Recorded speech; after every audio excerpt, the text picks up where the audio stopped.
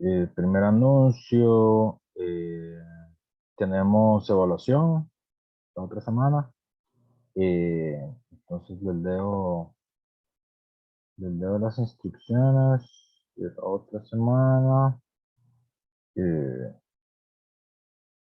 Creo que Adriana me había preguntado que si se iba a atrasar la evaluación, pero yo creo que pierden más ustedes si atrasamos la evaluación. Entonces la vamos a hacer la otra semana. Eh, y la evaluación consiste en esto. Está el documento en mediación virtual, obviamente, ¿verdad?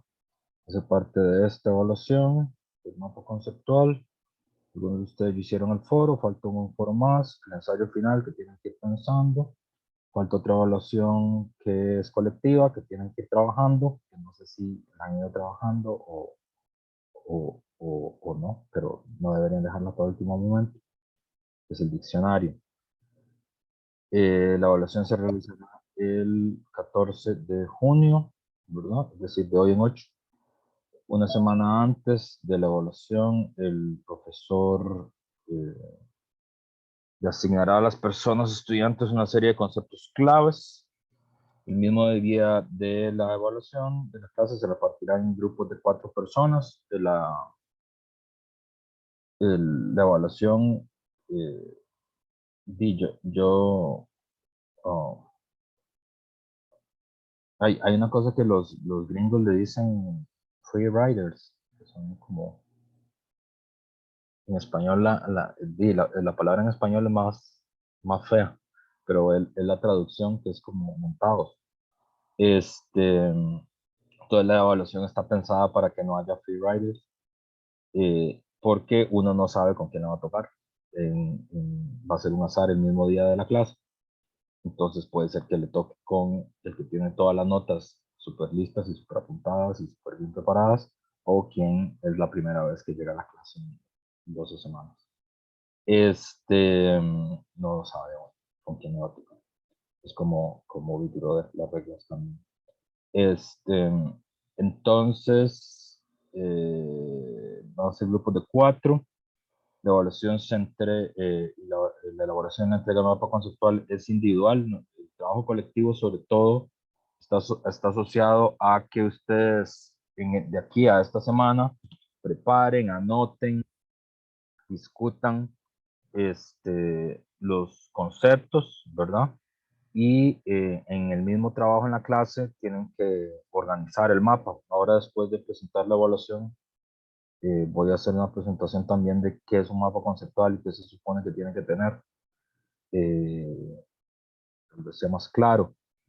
Eh, pero, digamos, la entrega es individual. Digamos, no vale decir, mi trabajo lo entregó Juancito, porque Juancito no le puede entregar el programa a usted lo tiene que subir a mediación virtual. Pero sí hay una parte, digamos, de trabajo entre ustedes. Las y los estudiantes tendrán tiempo hasta la medianoche del 14 de junio. Para ser precisos, son las 11:59 pasado meridiano del 14 de junio. Es decir, todavía vamos a trabajar toda la hora de clases de 9 a 12, pero todavía ustedes tendrían mediodía para ajustar conceptos, ajustar el diseño del mapa, rediseñarlo. Ahí ustedes decidirán. Ese es un margen que les queda de trabajo fuera de la clase. Instrucciones generales. Estas instrucciones fueron leídas y entregadas el martes 7 de junio del 2022. Las personas estudiantes deben entregar este trabajo de manera individual a más tardar el martes 14 de junio a las 11:59 pasado meridiano, ahora es que está programado el cierre de mediación. Y el día martes 17 de junio realizaremos una sesión didáctica como se detalla a continuación. ¿Cuáles son los objetivos de la sesión didáctica? Elaborar en equipos de 4 personas un mapa conceptual de los principales conceptos aprendidos hasta el momento en el curso. Tiempo: la actividad se desarrollará a lo largo de 2 semanas, es decir, empieza ahora y termina hasta el 14, ¿verdad? Porque ahora ya los conceptos para que los vayan los vayan pensando, los vayan buscando, o sea, vayan, sí, vayan pensando para que el ejercicio les quede lo mejor posible, ¿verdad? No me parecía que valiera la pena hacer un mapa conceptual a matacaballo, digamos, en solo los días, o sea, solo dándole las 2 horas del trabajo, porque es mejor que ustedes revisen, vuelvan a revisar las notas, vuelvan a leer los libros, entresaquen los textos, ¿verdad? Eh, los estudiantes se reunirán en grupos de 4 personas. Es en esta clase que confeccionarán como tal el mapa conceptual, es decir, no lo hagan de antes, porque no va a servir de nada hacerlo de antes. Hay que diseñarlo ahí mismo en la clase. Pueden usar herramientas tecnológicas, que ya ustedes después de 27 meses de pandemia están muy familiarizados con varios modelos, ¿verdad? Yo el que uso es este, y ese es el que recomiendo, pero no tienen por qué usar el que le guste al profesor, usen el que ustedes sepan usar o el que les parezca que es mejor o lo que sea. En caso de que no hayan aprendido nunca cómo usar en estos 27 meses de pandemia, ¿qué puede hacer? Ninguna de las herramientas para hacer un mapa conceptual lo pueden hacer a mano alzada y mandarlo por si quieren. También es una posibilidad. Vieja escuela. Siempre y cuando obviamente el profesor pueda leer el mapa conceptual.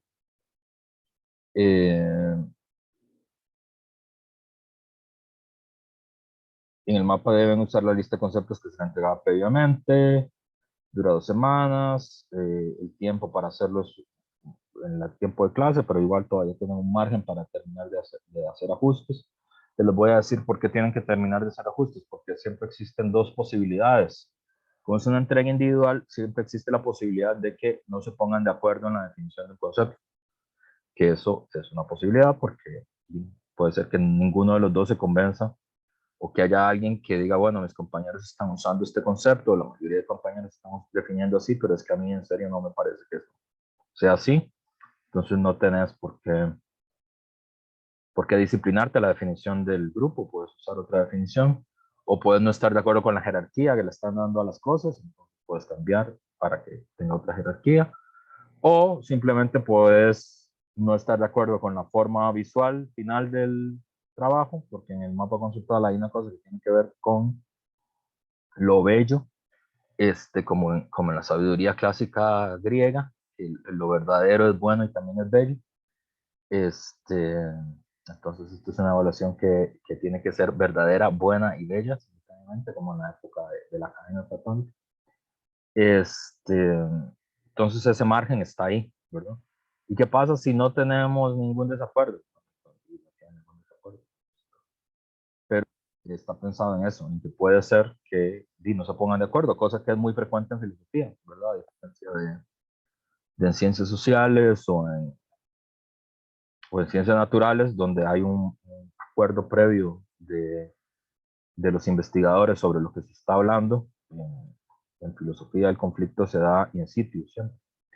Entonces no tienen por qué estar de acuerdo, pero sí es importante trabajar en equipo, porque lo que sí está claro es que uno afina las definiciones, se afina las jerarquías y las discute con las personas. Es verdad. Inclusive aunque al final uno no llega a un acuerdo con esas personas. Entonces, estas son la lista de conceptos a trabajar: filosofía, antifilosofía, contemporáneo, ilustración, promesa, angustia, desesperación, fe, humanidades, críticas a la ilustración, religión, vida, tiempo.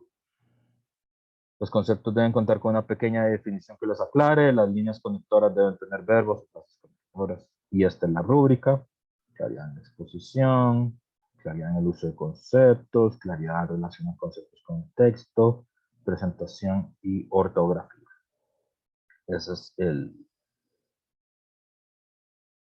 contenido de la evaluación que vamos a hacer la otra semana. ¿Hay dudas sobre la evaluación?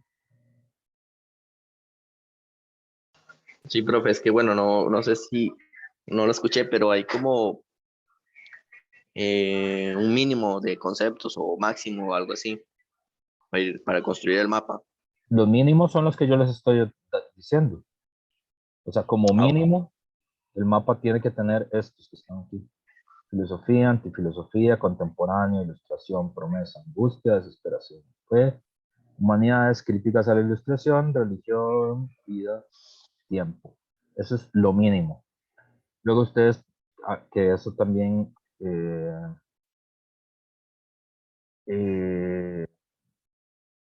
también me lo han preguntado a veces, pero entonces lo respondo por adelantado, es, profe, y si nosotros sentimos que falta un concepto en esos que usted nos dio y si no, no calza la cosa, entonces métame concepto.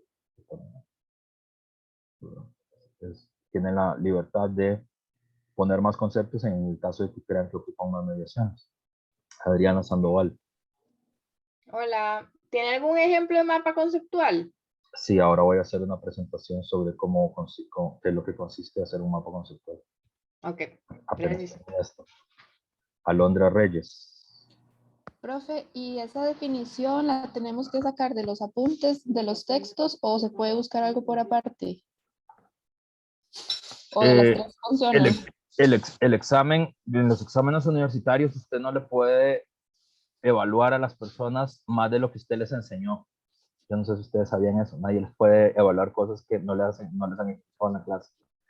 Pero no le digan a los profes que yo creo que dije eso, pero eso es así. Entonces, ustedes con las lecturas que hicieron y solo con las lecturas que hicieron pueden responder ese mapa. Si ustedes quieren ponerle más cosas, si ustedes quieren buscar más definiciones, quieren buscar más obras, quieren meterle más cosas, están en la libertad de hacerlo y eso les va a ayudar. Pero eso es una cosa que queda a voluntad de ustedes. Si ustedes no quieren más que leer lo que ya leímos en el curso, tienen la capacidad para hacer ese mapa conceptual. Ok, listo. Gracias.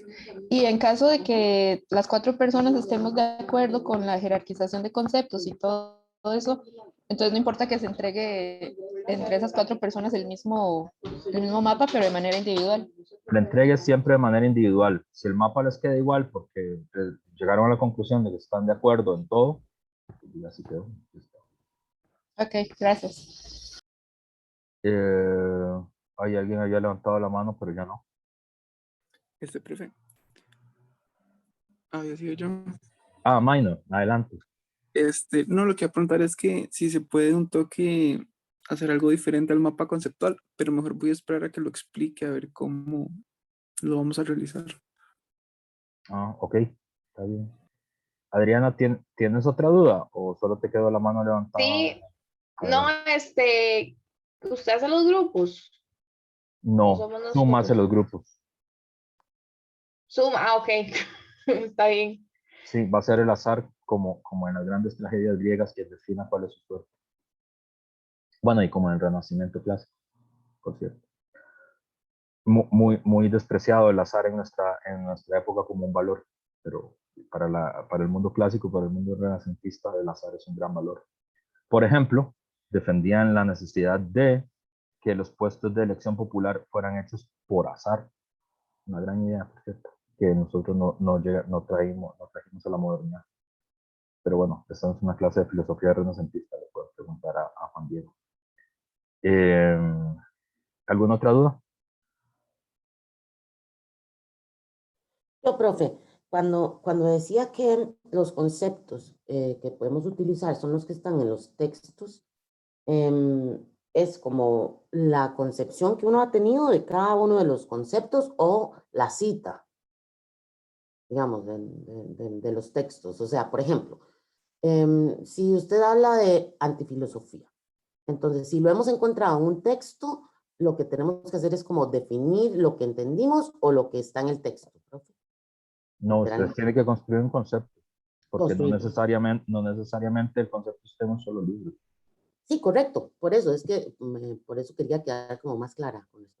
Sí, tienen que construir un concepto. Bueno, perfecto. Gracias. Sí, Javier. No, en ese caso que decía Cintia, digamos, el mapa conceptual nos permite, no sé, poner ejemplos o añadir citas como referencias, no sé, sacar una flechita en tal concepto y decir, de ahí viene, o sea, nada más como una guía para usted, o sí, como citar, Claro. ¿no? Sí, sí, pueden hacer citas, pueden hacer conceptos, eso es lo que tienen que discutir ustedes, porque no se les olvide, bueno, ahora lo voy a explicar. El mapa conceptual tiene tiene alguien que lo ve, ¿verdad? Por ejemplo, cuando los profesores hacemos mapas conceptuales, por ejemplo, si yo hiciera uno para ustedes, o ahora ustedes van a ver una presentación, yo tengo que pensar en ustedes, o sea, en cómo el mapa les ayuda a ustedes a entender lo que yo les quiero transmitir, ¿verdad? Ustedes van a hacer el mismo ejercicio conmigo, ¿verdad? Es decir, ustedes tienen que tener en mente, bueno, si nosotros hacemos esto, el profesor va a entender cuál es nuestro punto acá. Entonces ahí pueden poner citas, pueden poner conceptos, pueden poner gatitos que saltan, ahí ustedes deciden si eso sirve o no para, para, para el mapa. Eso es parte del trabajo que tienen que pensar y que tienen que hacer, ¿verdad? Juntos, juntas, en un mismo bote, como dice Nicolás Guillén. ¿Alguna otra pregunta?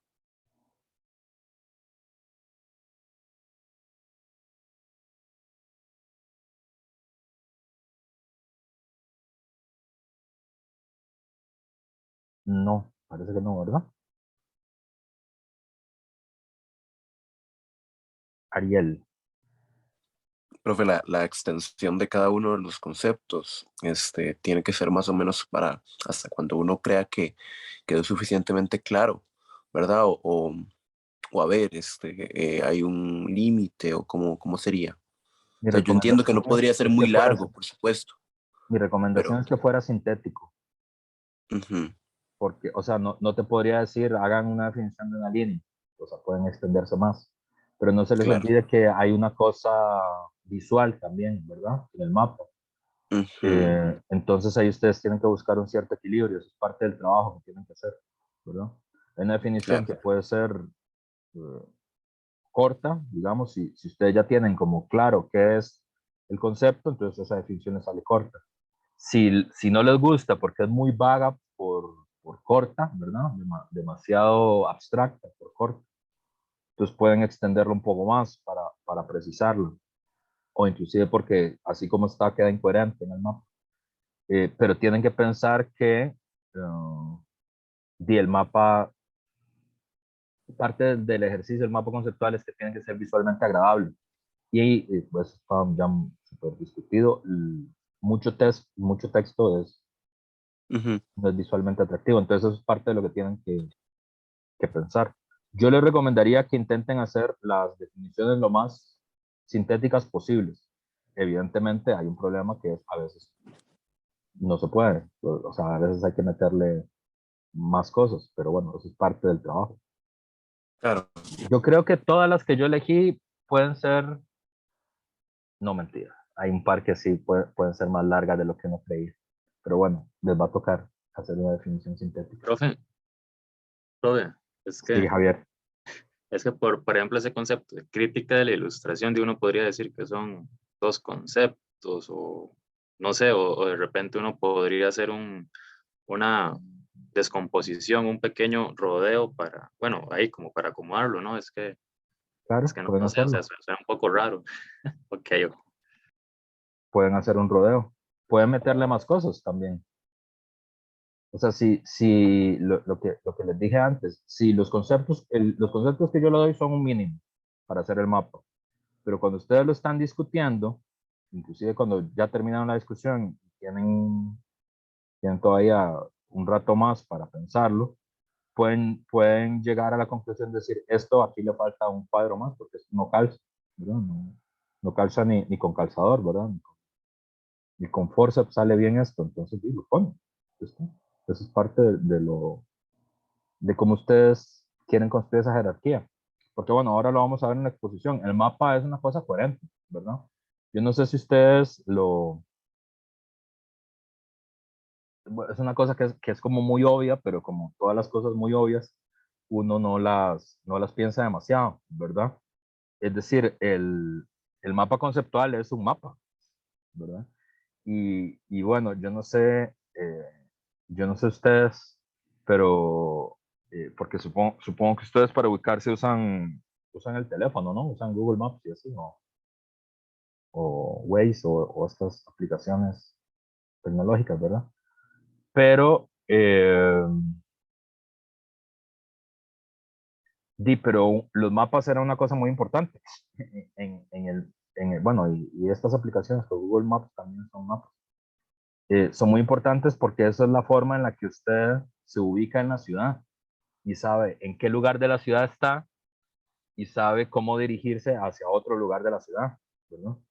Y, bueno, el problema de Google Maps es que es una tecnología satelital, ¿verdad? Que está asociada a la guerra, por cierto, entonces es bastante precisa.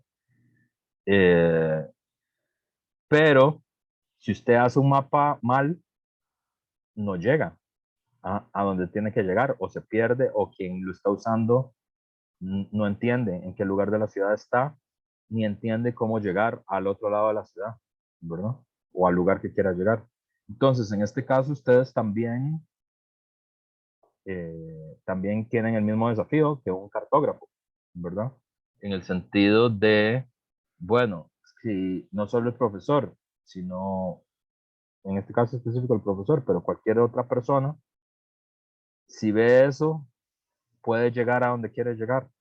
Y se puede abrirse, digamos, moverse en la cartografía de la filosofía y tiene sentido para él eso. Yo no sé si ustedes han tenido alguna vez la experiencia de perderse con un mapa, o sea, de perderse, de no estar ubicados, porque el mapa no está bien o es poco claro, ¿verdad? Eh, pero es un poco eso, lo que a ustedes les pasaría, ¿verdad? Es decir, ustedes tienen que discutir si, como todos los cartógrafos, si el árbol que está ahí en la esquina lo tengo que poner en el mapa o no lo tengo que poner.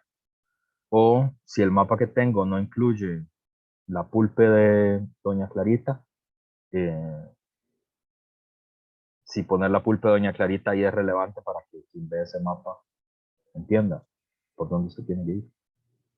Esa es la discusión del cartógrafo, pero bueno, eso es de lo que ustedes tienen que hacer. ¿Verdad? Y bueno, lo pueden ir pensando, por eso es que me parece que es mejor que les dé 7 días para que le vayan dando vueltas, ¿verdad? A veces hay ese tipo de decisiones no, digamos, no es bueno hacerlas sin pensar demasiado, ¿verdad? Porque luego uno se arrepiente y no le quedan bien.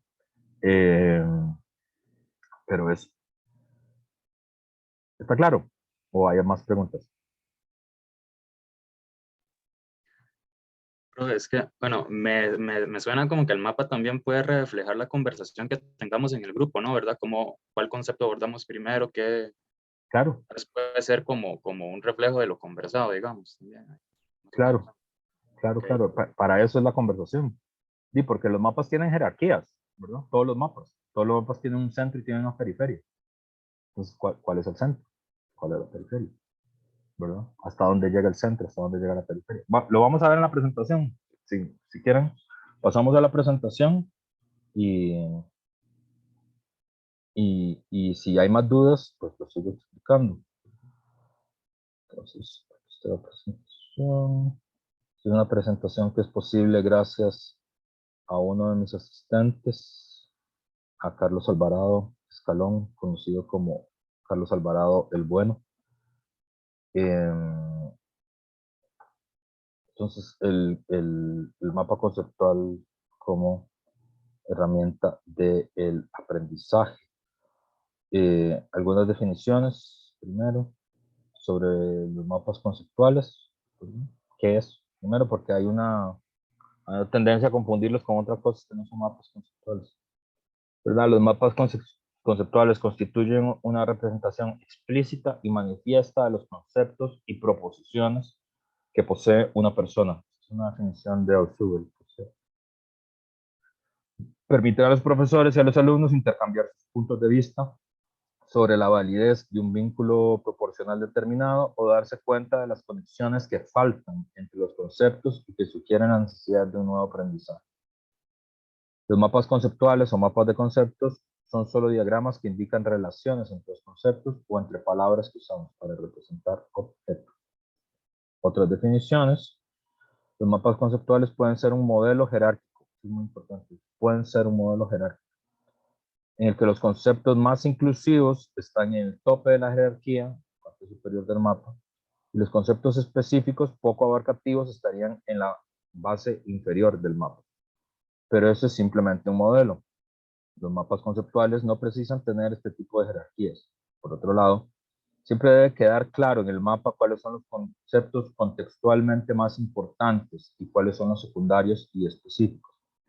Las flechas pueden utilizarse para dar una idea de dirección o determinadas relaciones conceptuales, pero no obligatoriamente.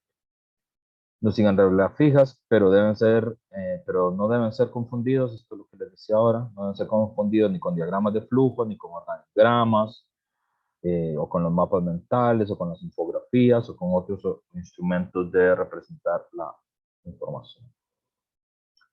Entonces, ¿qué caracteriza a un mapa conceptual? Se estructura y se organiza de la forma concepto, palabra, concepto, con la cual se forman proposiciones, se forman con líneas, con signos, con palabras. Usualmente tiene una organización jerárquica. A mí en general me parece mejor así, pero bueno, es usualmente. A veces hay mapas conceptuales que sirven y no tienen organización jerárquica. Se parte de los conceptos más generales a los más específicos y hay una subordinación de varios niveles. Entonces también hay una jerarquía de los niveles del mapa. Hace interrelaciones entre los conceptos a través de cruces entre estos. Explicita los diferentes nexos. Fíjense que los nexos pueden ser de uno a uno o pueden ser entre ellos. Ahora los vamos a ver en los modelos. Haciendo clara la relación correcta mediante el uso de signos, palabras o enlaces. Evidencia la profundidad en el uso de ejemplos o subordinaciones alcanzadas. La corrección de contenido con exclusión de ideas erróneas al seleccionar y relacionar los conceptos. Y genera un impacto visual. Es preciso, es llamativo, hace buen uso del espacio, contiene buena ortografía. Entonces esa es la dimensión como estética de la evaluación. ¿Verdad? Aquí tenemos, ¿verdad?, modelos, forman proposiciones. ¿Verdad? Aquí tenemos un ejemplo, ¿verdad?, de mapa conceptual. Y marca la jerarquía por niveles, ¿verdad? Concepto central, palabra de enlace, concepto principal, palabra de enlace, concepto secundario, Y aquí una cosa que había preguntado Javier, aquí están los ejemplos, que es el cuarto nivel, ¿verdad? En este modelo, ¿verdad? Que es un modelo así muy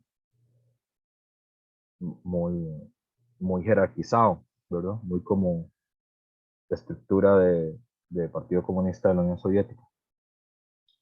El ejemplo 2 del mapa conceptual. Aquí podemos ver un ejemplo donde no marca niveles y establece muchos nexos entre relaciones. Fíjense aquí, este es un mapa que intenta explicar la epistemología de Kuhn, ¿verdad? Aquí obviamente hay un concepto que es central, que es el de paradigma, ¿verdad? Que es el que organiza todo, pero las flechas y los conectores le dan uno sentido de hacia dónde va, pero fíjense que también tienen relaciones entre ellos, ¿verdad? Como ciencia normal y problemas, ciencia normal y aceptación de un nuevo paradigma o nuevo paradigma, ¿verdad? Entonces, hay varios tipos de relaciones, ¿verdad?, de distinto tipo. Pero aquí no están marcados los niveles.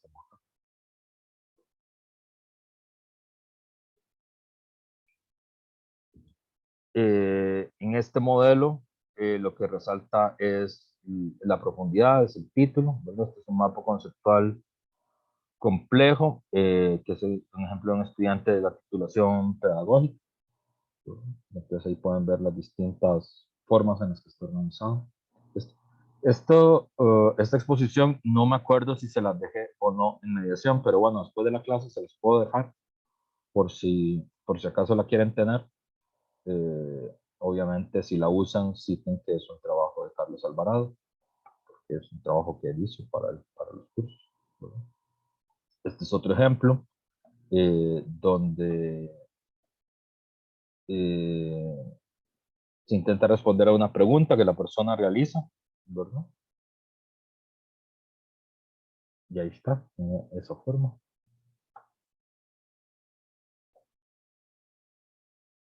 ¿Cuál es la fundamentación teórica de la producción de conocimiento proposicional? Es decir, ¿por qué hacemos mapas conceptuales? ¿Cuál es el RAI de hacer mapas conceptuales? En general eso está anclado en una teoría del conocimiento, en la teoría del aprendizaje significativo de Schubert. Y es una forma, en principio, la idea del aprendizaje significativo, lo que hace es oponerse al conocimiento memorístico, porque implica la organización y reorganización de las estructuras conceptuales previas, es decir, ustedes ya tienen una estructura conceptual con lo que han aprendido hasta ahora en la clase, pero las van a reorganizar a partir del ejercicio.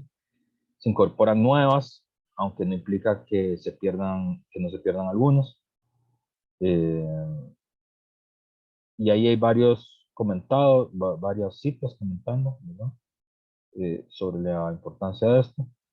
Dice, si tuviese que reducir toda la psicología educativa a un solo principio, enunciaría este: de todos los factores que influyen en el aprendizaje, el más importante consiste en lo que el alumno ya sabe, ¿verdad? Entonces, esta forma está asociada a apoyarse en ustedes ya saben de la filosofía. Bueno, el aprendizaje es una experiencia consciente, claramente articulada y precisamente diferenciada, que emerge cuando los signos, los símbolos, los conceptos o las proposiciones potencialmente significativas se relacionan con la estructura cognitiva de un individuo, de un individuado, y se incorporan dentro de la misma en una base no arbitraria y sustantiva.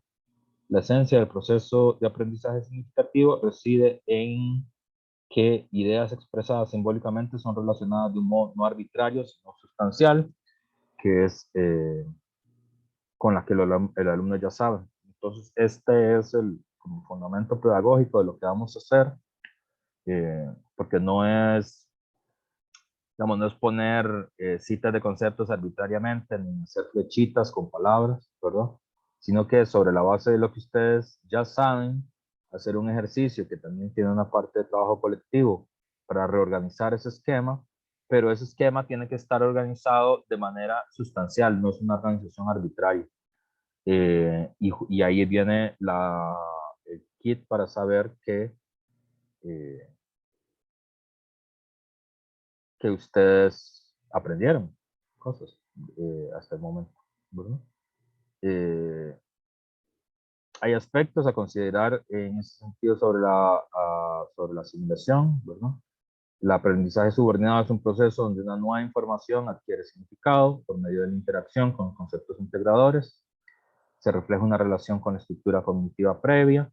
Esto se produce cuando las nuevas ideas se relacionan subordinalmente con ideas relevantes, impulsores de mayor nivel de abstracción, generalidad o inclusividad.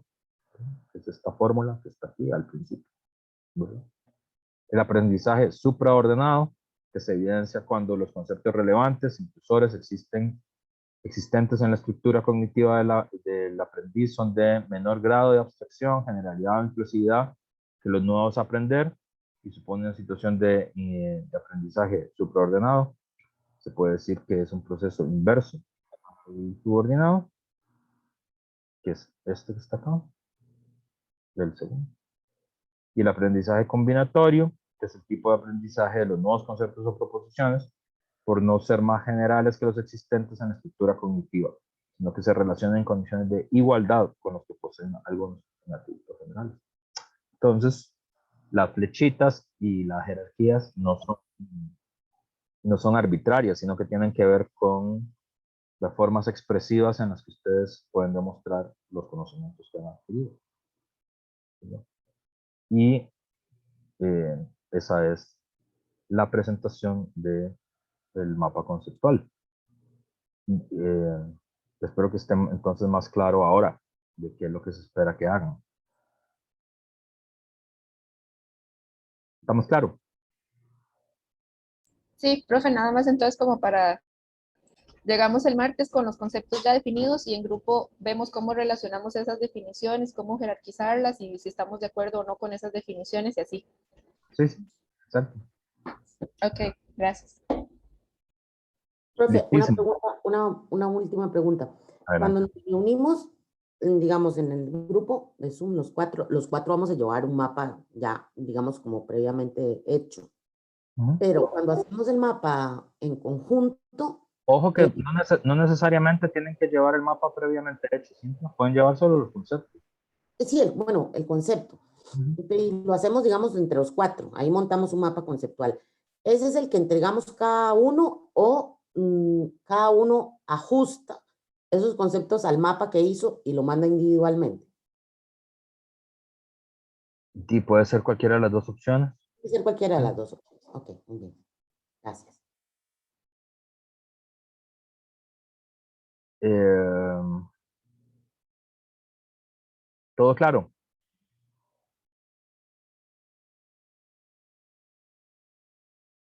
Parece que sí. Y creo que sí, ya. Ok, está bien. Muy bien.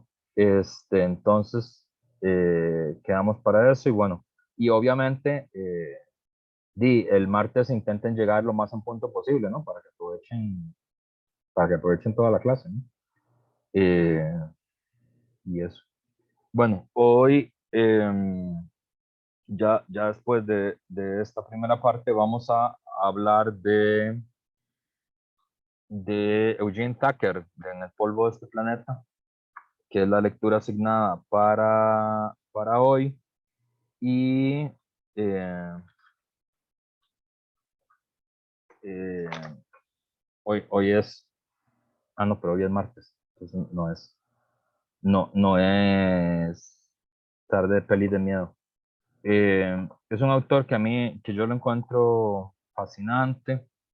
Eh, Igual la editorial que ustedes publicaron, que leyeron, que es la editorial Materia Oscura, que está haciendo un trabajo de edición, de publicación de, de las obras de divulgación de la filosofía en español, que a mí me parece, digamos, muy valioso. Tradujeron esta obra de Tucker, tradujeron también la obra de Alberto Toscano, hay varios de los libros de Ernesto Castro que están en esta misma casa editorial. Eh, y bueno, este libro es parte de una trilogía que se llama En el polvo de este planeta. Ustedes leyeron las primeras páginas de, de, de los tres volúmenes, se llama El polvo de este planeta, es un libro del 2015, ¿verdad? El autor es un autor norteamericano, estadounidense, que trabaja en el New School of New York. Y, digamos, para una definición así rápida de Wikipedia, eh, uno diría que sus temas son el nihilismo, ¿verdad? Y lo que actualmente le llamamos el realismo especulativo. Eh, que bueno, esta casa editorial, Materia Oscura, es como, me parece que quienes más han difundido este tipo de filosofía en lengua española, en español, ¿verdad? Eh, y en ese sentido, ¿verdad?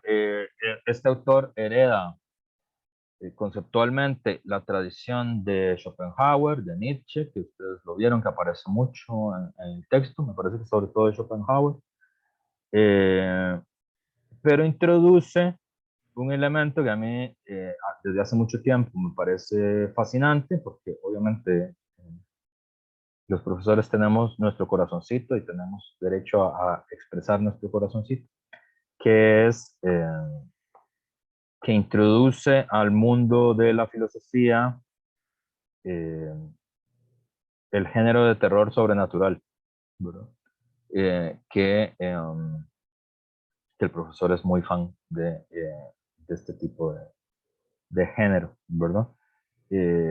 Entonces, eh, digamos que la obra de él sería una influencia de Schopenhauer, de Nietzsche y de un autor que nosotros no lo considerábamos parte del canon filosófico, está dentro del mundo de la literatura, pero que él lo introduce dentro de este canon que es Howard Philip Lovecraft, que es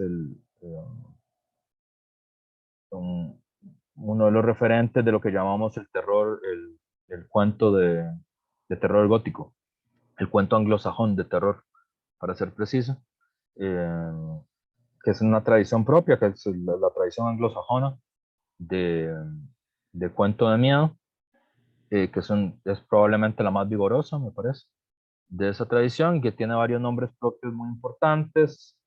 El primero de ellos, Edgar Allan Poe, es el que todo el mundo reconoce que es el que inicia el género. Lovecraft, que es el que revoluciona el género con un concepto en especial, que es el terror cósmico. Y actualmente Thomas Ligotti, que, eh, que es curioso porque él sí es parte del canon en filosofía, ¿verdad? Ligotti tiene un libro que se llama La conspiración contra el género humano, que es parte de esta misma tradición del nihilismo y del realismo especulativo, que está dentro del canon de las obras de filosofía, pero también tiene libros eh, tiene libros de literatura de horror, igual que los de, y luego, bueno, no, digamos, se le considera como el heredero de Poe y de Lovecraft, digamos, contemporáneo. Como yo les he dicho, yo soy muy fan del género, ¿verdad? Es una cosa que me ha parecido fascinante desde muy adolescente. Y es hasta hace relativamente poco pero siempre ha sido una cosa como de hobby, un poco.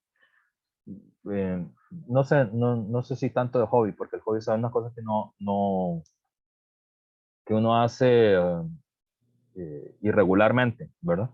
En cambio, digamos, la literatura de horror anglo, ¿verdad? La tradición eh, anglo-norteamericana, siempre me ha parecido muy fascinante. Pero digamos, nunca ha sido como mi oficio en filo, hablar sobre ello. Hasta ahora, ¿verdad? Y bueno, creo que autores como Tucker o como Ligotti han hecho un esfuerzo grande para introducir, digamos, en el canon a través del nihilismo, del realismo especulativo, este género peculiar de la cultura contemporánea, digamos, de la cultura poco contemporánea que está asociado al horror, digamos, de hecho el libro se llama así, El horror en la filosofía, en el polvo de este planeta, ¿verdad? Eh, y es un tratamiento filosófico, ¿verdad? De, de materiales muy variados, y a mí me parece que muy ingeniosamente usados, la verdad, que van desde materiales que probablemente para ustedes son más a la mano, más reconocibles, que es la literatura de horror y el género de el cine de horror, ¿verdad? Eh, y también dependiendo, y ahí de antemano digo que es tal vez mi punto débil, mi punto más débil en todo esto, que es la música, ¿verdad? Bueno, el black metal, de hecho, la primera parte de su cuestión sobre la demonología es sobre el black metal, del que yo desconozco la mayoría del tiempo, no es un género de música que me parezca que conozca. Este, entonces ya de antemano digo que de eso no le pregunten al profesor porque él no sabe. Aunque hay varias gente en la facultad que tienen conocimiento muy erudito sobre ese tema.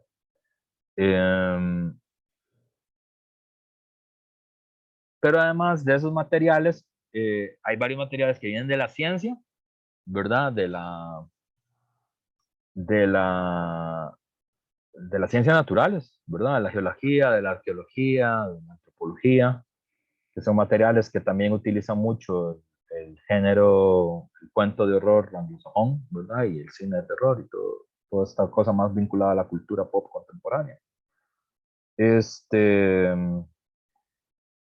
Y conocimientos filosóficos y teológicos que vienen del mundo premoderno, digamos, del mundo anterior a la modernidad. La hipótesis, como ustedes han visto, y a mí eso me parece fascinante, la verdad, desde el punto de vista filosófico, la tesis de Tucker es que nosotros vivimos en un mundo post-secular. Ese es el concepto que él utiliza. ¿Qué significa que sea un mundo post-secular? Lo que yo entiendo que el autor nos quiere transmitir es que, bueno, que el efecto de la ilustración, de la secularización, de la generalización de la ciencia como saber fundamental, digamos, del mundo contemporáneo, de los efectos de la tecnología, de la ciencia derivada en tecnología sobre nuestras vidas, hacen que obviamente, que de hecho, que fuera de cualquier circunstancia, nosotros ya vivimos en un mundo secularizado, ¿verdad? Que es la hipótesis que a mí me parece que intuía Feuerbach en sus textos sobre el origen del cristianismo, ¿verdad? Toda la preocupación filosófica, ¿verdad? De Feuerbach, que no sé si lo han leído porque Feuerbach no se lee mucho en la facultad. Tal vez en alguno de los cursos sobre filosofía de la religión, puede ser que lo hayan leído. La mayoría de personas conoce la referencia de Feuerbach porque es contra quien polemiza Marx, ¿verdad? Entonces, como Cartago en el fútbol, que es el equipo que pierde con Saprissa. No es muy estudiado. Pero es un autor muy interesante, la verdad, y es una lástima que no se lea más. Pero Feuerbach está muy preocupado en su interpretación sobre Dios, es que es una preocupación teológica, filosófica teológica, porque el mundo moderno va construyendo una idea de Dios sin adjetivos, ¿verdad? Y para él un Dios sin adjetivos es, eh, digamos, las cualidades de Dios son sus adjetivos, no, digamos, no es que sea sujeto, digamos, sino sus adjetivos, eso es lo importante de Dios. En contra de lo que normalmente habían pensado los teólogos. Pero un Dios sin adjetivos es un Dios al que uno le da la espalda, ¿verdad? Un Dios como que uno le da vergüenza, ¿verdad? Que lo único que hace con él es disculparse por no haberlo tomado en cuenta durante toda la semana, ¿verdad? Eso está en los orígenes del cristianismo. Esa parte de ese pasaje a mí me pareció siempre el Dios sin adjetivos es el Dios de los filósofos, dice Ariel. Pues sí y no. Es decir, él lo ve en los filósofos. Feuerbach lo ve sobre todo en los filósofos luteranos, ¿verdad? Como una tendencia cada vez más a ser un Dios más sofisticado, ¿verdad? Más abstracto, ¿verdad? Porque digamos, siguiendo un zeitgeist, un espíritu de época que tenía toda Europa en ese momento, había una tendencia a conectar es una mezcla como de colonialismo y filosofía en eso. Hay una tendencia a conectar la religiosidad material con los pueblos primitivos, o sea, con el atraso, digamos, con la barbarie. Digamos, todas las formas civilizadas de la religión son no materiales, ¿verdad? Eh, entonces,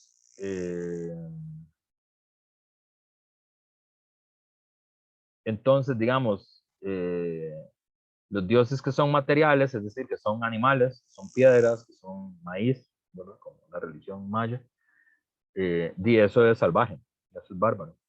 Y también la adoración de las imágenes que tienen los católicos en España y en Italia, eso también es bárbaro, ¿verdad? Y entonces la forma más sofisticada de la religiosidad son las más abstractas. Y eso es cada vez más sin adjetivos, ¿verdad? Porque a propósito de eso, no, Dios no es adjetivo, Adrián, porque Dios es, ¿verdad? Dios es amor, Dios es, ¿verdad? Ese es el asunto.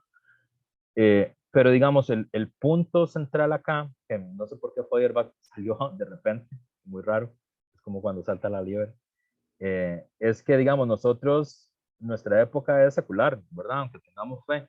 La fe es una fe como vergonzante, que es una disculpa a Dios por no tomarlo en cuenta en el mundo de la vida práctica, de la vida del día a día, ¿verdad? Es decir, Dios aparece los domingos para pedirle perdón por no haberlo tomado en cuenta durante toda la semana. Ese tipo de religiosidad a Feuerbach es la que le preocupa, ¿verdad? Porque él está a favor de una religiosidad así como hippie, como del amor universal y así. Pero bueno, pueden leer a Feuerbach, no sé por qué me apareció ahí, no esperaba ir por este camino. ¿Ves? Por eso uno ocupa un buen mapa, para que no le pase esto. De repente aparecimos por el territorio de Feuerbach.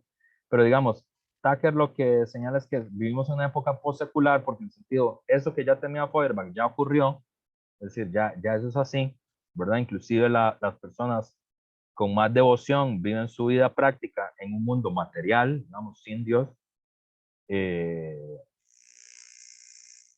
sin lo sagrado, sin la experiencia de lo sagrado en sus vidas, y los domingos lo que hacen es pedir disculpas a Dios por esa vida mundana.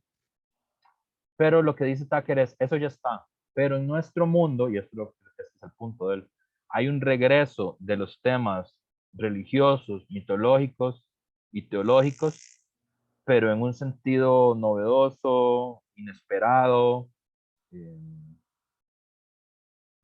sí, eso, ¿verdad? Es decir, nuestra vida práctica, la vida social del mundo contemporáneo es una vida mundana, es una vida sin Dios, pero en nuestra época, y creo que es bastante obvio, hay un regreso de temas que tienen que ver con la religión, con los mitos, con la teología, eh, pero de otra forma, ¿verdad? Digamos, por otros costados. Y eso es lo que quiere decir eh, eh, eso es lo que quiere decir una época post-secular, ¿verdad? Eh, que a mí me parece interesante, ¿verdad? Porque para algunos autores, me parece que sobre todo para los autores más liberales, ¿verdad? En su concepción, el regreso de los temas de la religión, de la mitología, de la teología, de la superstición, les parece que es como un regreso de los bárbaros. Eso es como un poco la idea, ¿verdad? Que yo entiendo. Eh, Sobre todo en los sectores más liberales, que esos temas son un regreso de la barbarie. Bárbaros,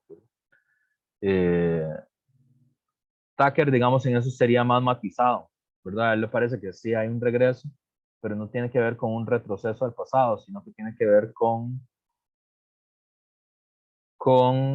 la reapertura de un problema que no hemos resuelto aún. Y esa reapertura del mundo que no hemos resuelto aún se ha puesto en primer plano en el último periodo, porque la hipótesis de él es que cada vez nuestro mundo es un mundo, el mundo es un lugar cada vez más impensable. Esta es la tesis, ¿verdad?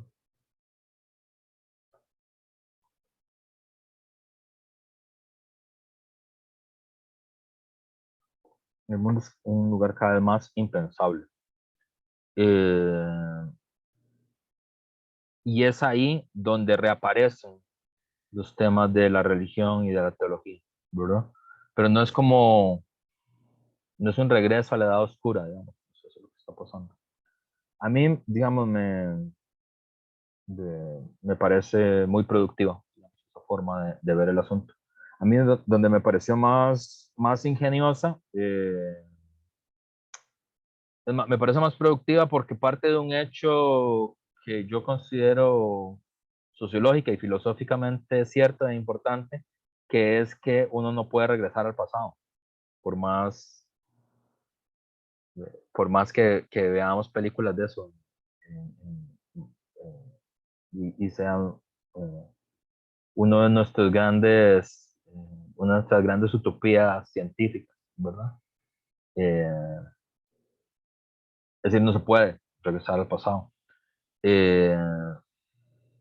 Entonces, inclusive esa reaparición de temas asociados a la religión, a la mitología, a la teología, son de nuestra época, tienen sentido porque ocurren en nuestra época. Y para Thacker, eso tiene que ver con que el mundo, ahora luego vamos a ver que él distingue, hace una definición que a mí me parece muy fina, muy elegante, entre el mundo, la Tierra y el planeta. Son tres cosas distintas, ¿verdad? El horror en la filosofía habla del planeta, no habla del mundo ni de la Tierra, habla del planeta. Y el planeta es eso que es impensable. ¿Por qué el mundo es cada vez más impensable? Porque es un mundo que está organizado sobre la base de desastres planetarios, que es una cosa que no había en, en,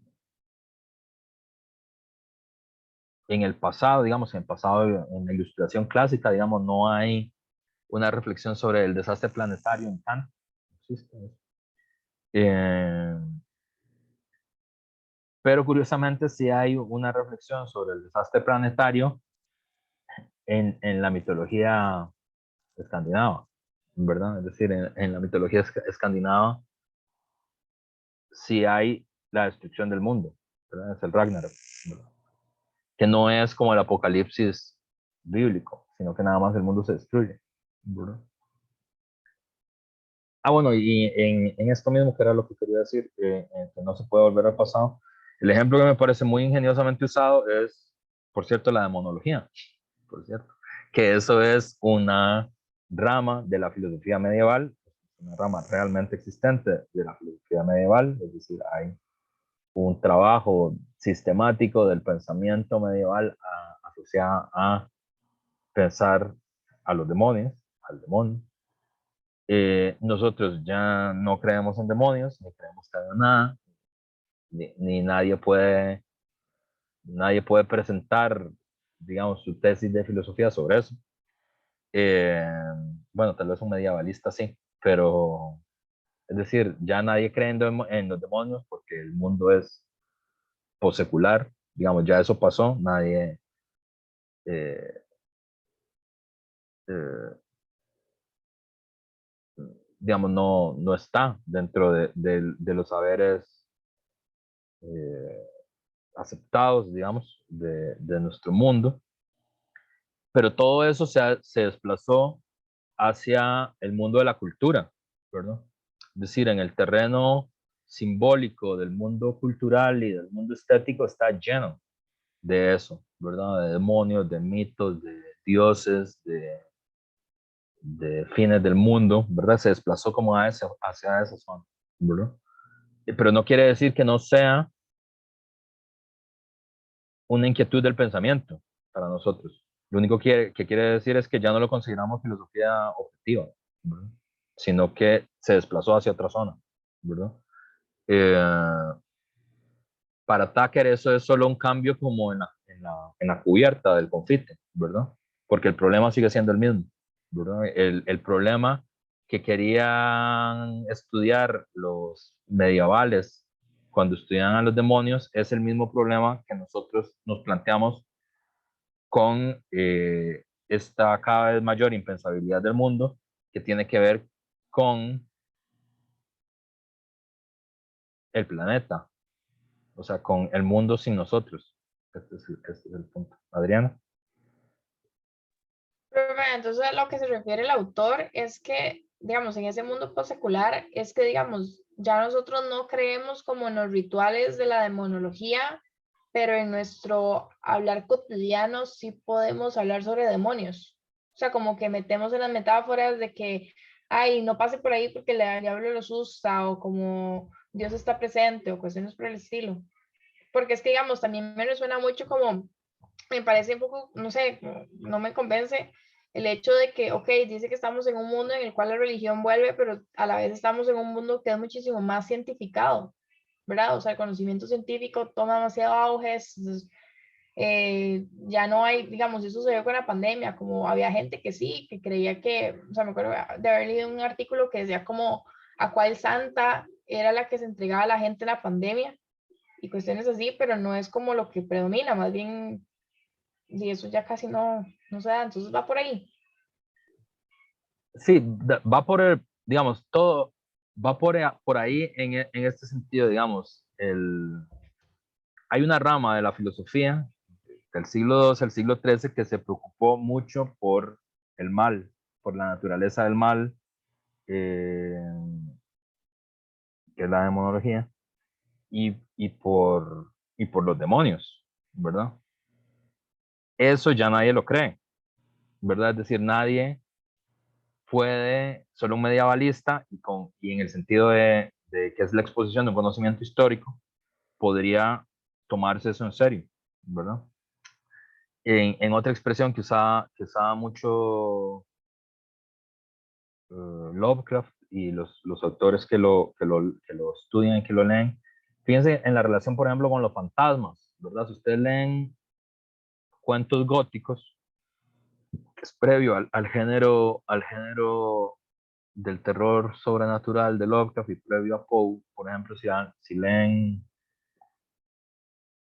El Orla de Maupassant, ¿verdad? O Berenice de Poe, o ¿cuál otro es así? El Miserere uy, ¿cómo se llama? El poeta romántico, se me olvidó, Gustavo Adolfo Bécquer, ¿verdad? Y ustedes lo leen y seguro no les da miedo, ¿verdad? Porque en nuestra época no creemos en fantasmas, ¿verdad? Eso no, o sea, uno sabe que es mentira, pues. Uno le puede dar miedo como viendo una película, como el susto de que aparezca, ¿no? Pero por las mismas razones que le da miedo que aparezca repentinamente un mapache en un patio, ¿verdad? Es decir, es por lo repentino, no por el fantasma, ¿verdad? Eh, eh, pero, por ejemplo, si uno lee el manifiesto comunista de Marx, por ejemplo, para poner un ejemplo de algo que no tiene nada que ver con lo que estamos discutiendo, la forma literaria en la que Marx inicia el manifiesto comunista es un fantasma recorre Europa, ¿no? El fantasma del comunismo. Total. Y él elige esa forma de empezar y está muy, muy discutido, muy estudiado, que eso lo pensaron mucho los dos, Engels y Marx, y eligieron esa frase, ¿no? Un fantasma recorre Europa, el fantasma del comunismo. Y muchos comentaristas, Humberto Eco dentro de ellos, pero a mí me parece convincente, dice, es que cuando Marx escribe lo que escribe, los fantasmas todavía dan miedo. La gente cree en fantasmas, todavía, fantasmas reales, ¿verdad? Eh, en cambio nosotros ya no, ¿verdad? Entonces, eso es lo que quiere transmitir Tucker con la filosofía postsecular, pero eso no quiere decir que no esté dentro de las preocupaciones del pensamiento, ¿verdad? Lo que pasa es que no está en el terreno que estaba antes, ¿verdad? Que es, la demonología fue una rama del conocimiento filosófico durante mucho tiempo, durante el siglo XII, siglo XI, siglo XII, siglo XIII, ustedes eso lo pueden estudiar, ¿verdad? Eso está en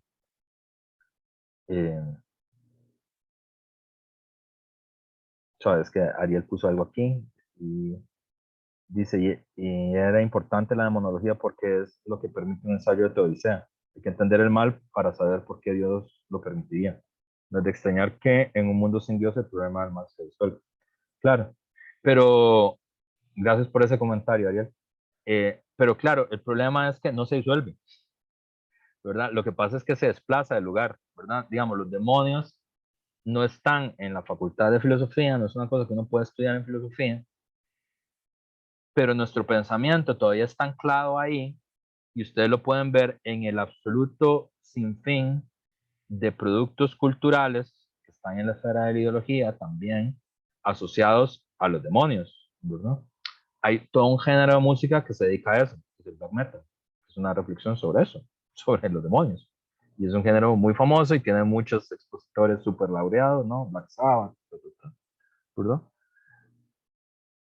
Pero también las películas, ¿verdad? Uno puede ver, eh, no sé, Constantine de Neil Gaiman, ¿verdad? Y todo esto. Hay miles de representaciones eh, en películas, en series, sarcásticas o no, serias o no, eh, que hablan sobre eso, sobre el mal, ¿verdad? Sobre el mal no humano, que es la definición, que es una de las primeras definiciones que uno podría tener sobre el demonio. El demonio es un mal, pero es un mal que no es humano, ¿verdad? Es un no humano que es el mal o que representa el mal, esa es la discusión, y que conspira contra los seres humanos. También, esa es la otra cosa importante. No es que solo sea el mal, sino que además hace algo, actúa contra el género humano, ¿verdad? Eso lo estudiaba en el mundo medieval los medievalistas y hay un montón de escritos sobre eso. Nosotros no estudiamos eso ya porque no creemos en eso, ¿verdad? Sin embargo, el mal no ha desaparecido de nuestra vida ni del mundo social. Entonces, tenemos que pensarlo, ¿verdad? Tenemos más facilidades para pensar en cosas como el mal moral, ¿verdad? O, o el terror político, eso como que nos es más familiar y está más reflexionado, inclusive está legislado, ¿verdad? Está legislado los comportamientos morales, están legislados los comportamientos políticos, pero Tucker se apoya en esta idea que es el mundo impensable, que a mí, ya te doy la palabra, Ariel, que me llama mucho la atención porque conecta con una preocupación muy de nuestra época, ¿verdad? No es una preocupación para Kant, por ejemplo, muy de nuestra época, que es una preocupación en otra zona muy diferente donde está Tucker, es la preocupación de los ecologistas, ¿verdad? De los ecologistas más lucios y más radicales,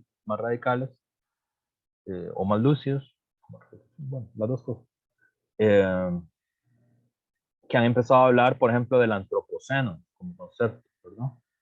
Eh, y algunos dicen que no es correcto decir antropoceno, algunos dicen que es correcto decir capitalistoceno, sería la fórmula, o sea, la época geológica del capitalismo. Pero digamos, ¿qué significa que los seres humanos nos hayamos transformado en un factor geológico? ¿Qué significa eso? ¿Verdad? ¿Qué significa un desastre planetario? ¿Verdad? Hay una cosa, ya con esto termino y le doy la pasaría, está para un trabajo por fuera de la U, eh, tuve que, tenía que prologar un libro de Lovecraft, pero para gente joven, eh, y es una biblioteca juvenil. Entonces, como yo no estoy demasiado seguro cómo, qué les gusta y cómo, qué desean los jóvenes hoy, ¿verdad? De hecho, no lo sabía cuando yo mismo era joven. Este,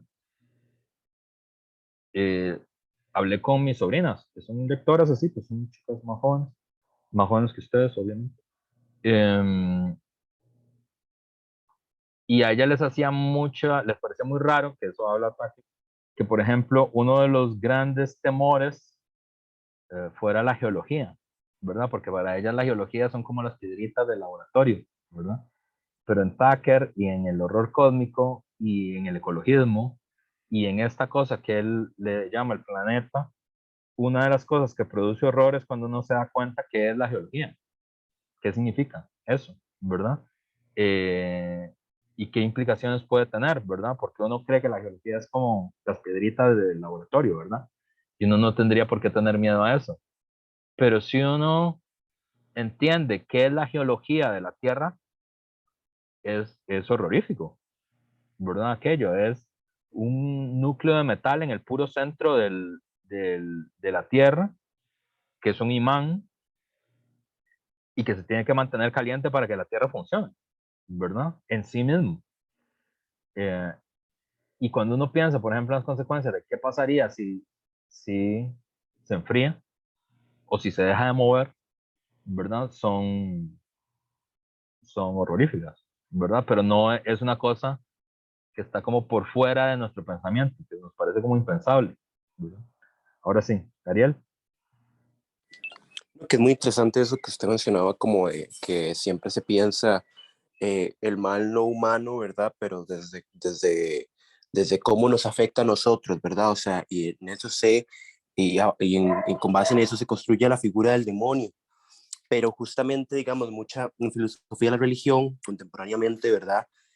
Muchas del problema del mal, como el reconstruido también, intenta desplazar ese sufrimiento, ese mal no humano que afecta a los seres humanos para desplazarlo, por ejemplo, a los animales y propiamente también a todo el ecosistema, porque la respuesta del teísmo desde el antiguo, de la Edad Media, al problema del mal es que Dios permite el mal con ocasión de algún bien, ¿verdad? Él permite el mal humano para sacar de eso virtudes morales, ¿verdad?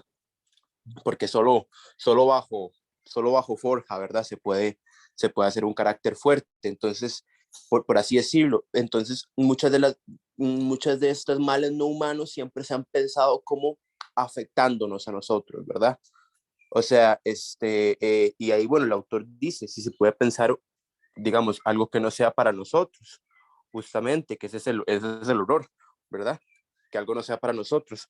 Pero es interesante ver porque cómo es que eso siempre se habla, digamos, si se intenta hacer una, como un desplazamiento digamos, de nosotros, pero siempre cómo nos afecta a nosotros, no cómo le afecta a lo demás, digamos, en general, al mundo en general. O sea, si existe un mal con independencia de lo que nos afecta a nosotros.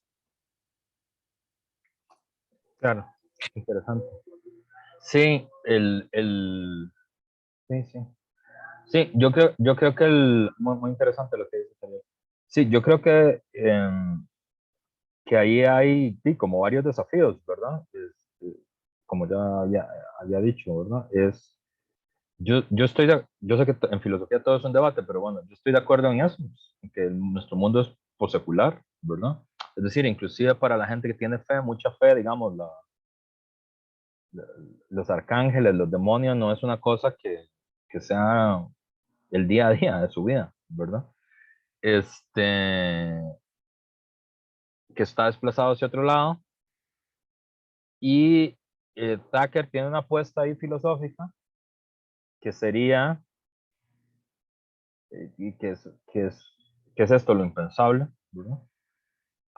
Que es, obviamente, pareciera que es el gran dilema, ¿verdad? Que siempre salimos peleados cuando pasa eso, ¿verdad? De la objetividad del mundo, y que el mundo es un mundo para nosotros y que no tenemos más forma de entender el mundo como un mundo para nosotros y estamos condenados, digamos, a que el mundo sea un mundo para nosotros. Pero también la evidencia de que hay algo ahí en el mundo extra que no es para nosotros, ¿verdad? Que se revela con alguna frecuencia. Eh, para Tucker se revela sobre todo en los desastres, ese mundo que no es para nosotros, ¿verdad? En los desastres planetarios, en las pandemias emergentes, ¿verdad? Yo no he leído lo que ha escrito Tucker en los últimos años, sus intervenciones en los últimos años, de que está preparando un libro sobre eso. Estos 2 años serían un excelente laboratorio para él, digamos, de esta cosa impensable, porque él habla de desastres planetarios, pandemias emergentes, cambio climático, los paisajes marinos inundados por el petróleo, ¿verdad? En esos desastres es donde aparece ese mundo, ese resto de mundo que no es el mundo para nosotros, que no es el mundo apropiado por nuestra subjetividad, ¿verdad? Y eso es lo que a él le interesa. Ahí es donde él ve el horror, ¿verdad? Porque él también tiene la precisión conceptual de decir, él no quiere hacer una filosofía del horror, que sería otra cosa, ¿verdad? O como este libro maravilloso de Cory Robin, que también lo pueden leer, pues a mí me gusta mucho, que se llama El miedo, una idea política, que sería como una conceptualización política del miedo desde sus orígenes. Es un libro muy interesante. Cory Robin es además tiene una monografía sobre Trump, también brillante. Si alguna vez pueden leer al autor, muy recomendado en mi parte. No quiere hacer una filosofía del horror, y ni siquiera le preocupa el miedo, que es otra cosa, ¿verdad? Porque el miedo es justamente la experiencia esa del mapache que aparece en el jardín, o la experiencia que uno tiene cuando lo asaltan también, o la experiencia que uno tiene cuando ve las tanquetas del ejército en la calle, ¿verdad? Que ustedes nunca han visto tanquetas del ejército en la calle, pero, pero eso es el miedo, ¿verdad? Pero a él no le interesa eso, porque, digamos, o sea, le interesa de ladito, colateralmente. Porque, digamos, ahí estamos hablando de otra cosa, estamos hablando del miedo, estamos hablando del terror político, del terror del Estado, de los efectos del miedo, de la inseguridad en los ciudadanos, o del miedo al Estado en los ciudadanos, ¿verdad? Y eso es como otro terreno para él, ¿verdad? Es un terreno más de la ciencia política, que a él le parece interesante, pero no es de lo que quiere escribir en el libro, ¿verdad? Quiere expresar otra cosa, no es eso. Eso es interesante porque algunos autores, sobre todo argentinos, como yo ya les he dicho, el género a mí me parece fascinante. Algunos autores, sobre todo argentinos, que son los que les he leído, sostienen que la razón por la cual los latinoamericanos no tenemos escritores de horror famosos, porque todos los escritores famosos son anglos, son norteamericanos, son Poe, Lovecraft, Ligotti, algunos alemanes, ¿no? Pero que es un género que no es relevante para la literatura latinoamericana, ¿verdad? No quiere decir que no tengamos gente imaginativa, digamos, en la literatura latinoamericana, ni gente erudita, digamos, en la literatura latinoamericana. Solo uno piensa en García Márquez o en Borges, ¿verdad? Digamos, el nivel de construcción fantástica que hace Márquez y el nivel de erudición filosófica y literaria de Borges es envidiable, digamos, compite con cualquiera en el mundo. Y sin embargo, no hay literatura de horror latinoamericana. Algunos dicen Quiroga, pero a mí me parece que es jalado del pelo cuando mencionas. Pero la hipótesis de estos escritores argentinos que escriben literatura de teoría literaria, filosofía sobre el tema, es que ya la sociedad latinoamericana está muy, muy marcada por el problema del terror. Y las sociedades en general han vivido muchos periodos largos de terror, en el sentido de eso, de terror de Estado, de miedo al Estado. Entonces, que nuestra energía mental se concentró en eso, como que uno tiene que tener sociedades pacíficas para poder concentrarse en el problema del horror, y que por eso es que son a los gringos, a los que, si ves, Javier ya salió a defender a Quiroga. Sí, yo no estoy seguro. A mí esa comparación de Quiroga con Poe Lovecraft, estaría dispuesto a debatirlo en un programa de Don Francisco. No estoy seguro. Pero está claro que es poco, que no es como un género como que sea relevante para los latinoamericanos. La hipótesis de estos autores es eso, digamos, que el terror es en América Latina se parece más al relato costumbrista, digamos, que de hecho es un poco así, ¿verdad?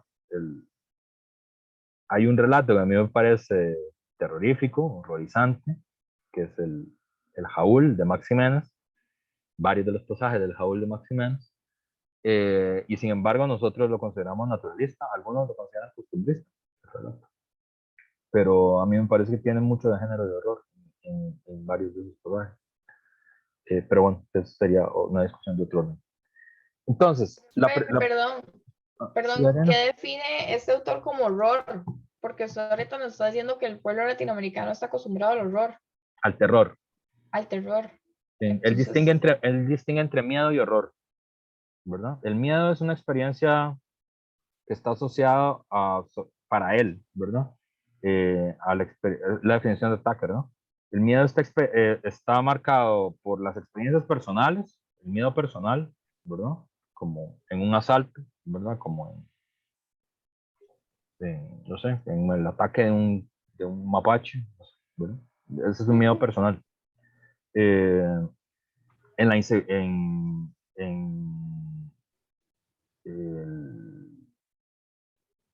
el miedo personal o el miedo político, ¿verdad? Como en el terror, ¿verdad? Como los atentados terroristas, como ese tipo de miedo.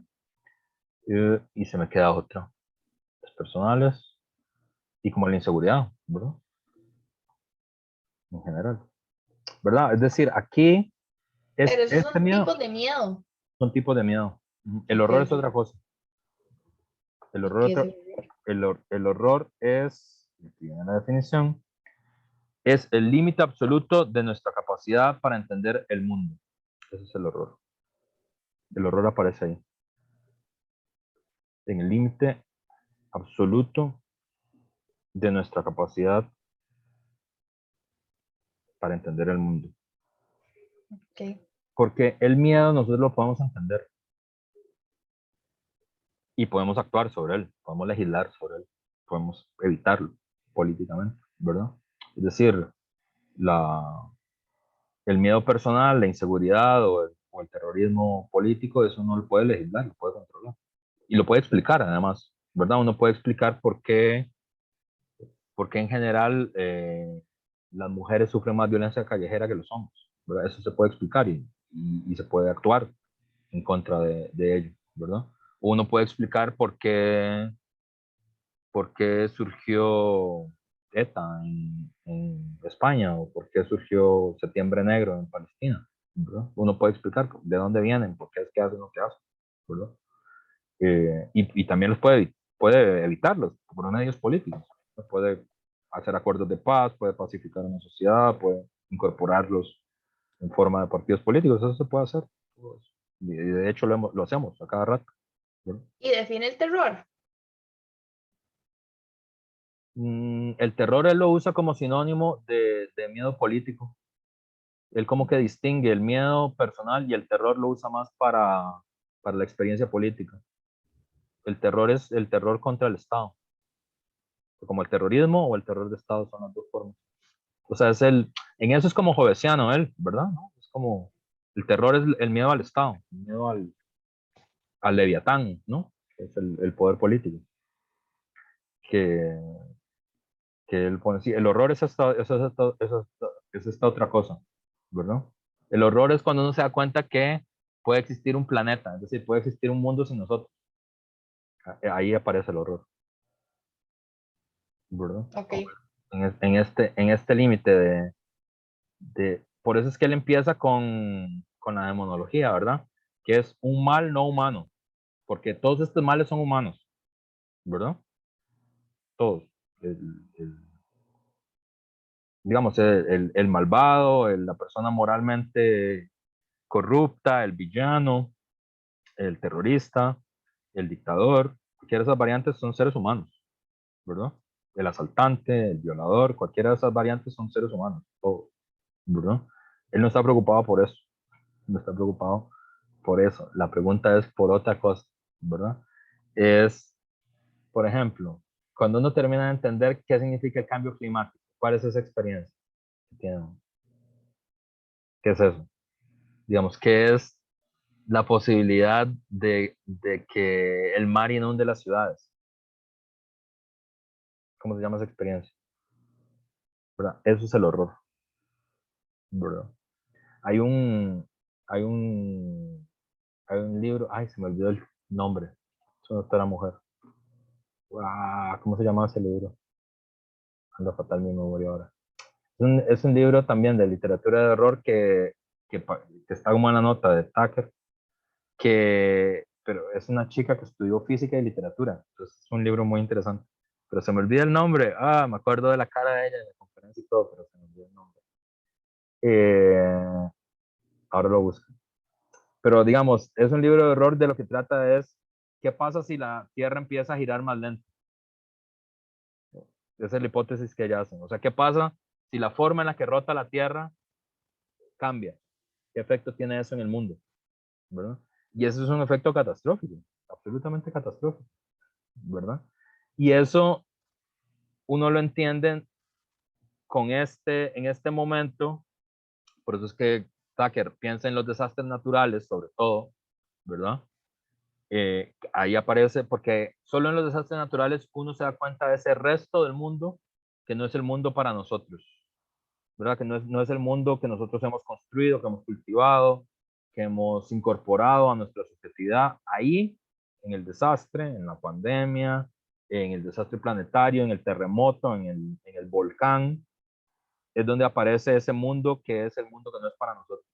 Porque el mundo en sí, que es la segunda definición que él hace, es eso que se le resiste a los seres humanos. Nosotros no esperamos que los volcanes estallen. De hecho, toda nuestra vida está planeada para que los volcanes no estallen, y sin embargo estallan. Y ahí es donde aparece ese mundo en sí, que no es el mundo que hemos cultivado, que hemos dominado, que hemos controlado a través de la técnica, ¿verdad? Y ahí es donde se revela esta idea de el límite absoluto de nuestra capacidad para entender el mundo, y él considera que el lugar donde eso se piensa ahora es en el género de horror, en los productos, en el cine, en la literatura, en la música que piensa esos problemas. O sea que en la filosofía como que se desentendió de eso para preocuparse por otras cosas, como por ejemplo en el terror político, que es una cosa que hemos pensado más. Por eso es que él dice que no es una filosofía del horror, sino que es el horror en la filosofía, que tiene que ver con la filosofía, cuando la filosofía revela sus propias limitaciones, sus propias restricciones, ¿verdad? ¿Cuáles son las restricciones que tenemos? Pensar en el planeta, una restricción. Porque nosotros podemos pensar en el mundo para nosotros. Podemos pensar en la Tierra, el mundo en sí, que es de lo que se encarga la geología, la arqueología. Pero pensar en el planeta, en el mundo sin nosotros, eso revela nuestro propio límite.